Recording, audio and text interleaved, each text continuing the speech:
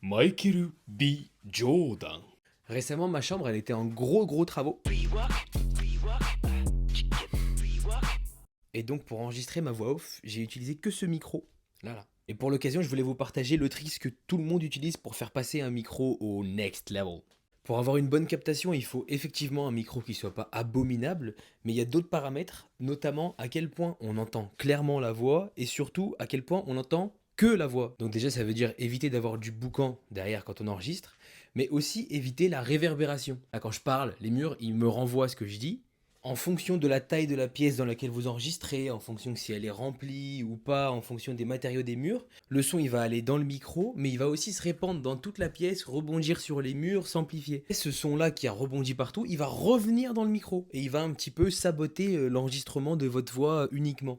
Et donc la solution pour éviter ça, c'est de faire en sorte que la direction dans laquelle on parle, elle amortisse le son. Comme ça, elle rebondit pas derrière moi et devant moi de nouveau, etc. etc. Et il y a un excellent matériau que tout le monde possède pour atténuer le son.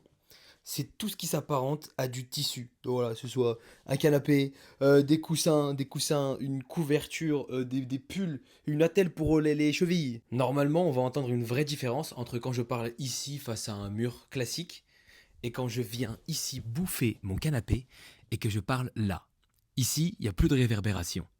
Pas vrai? Pas vrai? Donc toute ma voix off, je l'ai enregistrée ici en regardant mon canapé comme un con. J'étais là, tranquille. L'humain apprend. Il imagine, il essaye, il se pose des questions, il cherche des réponses. Et comme ça, il progresse. Tout doucement.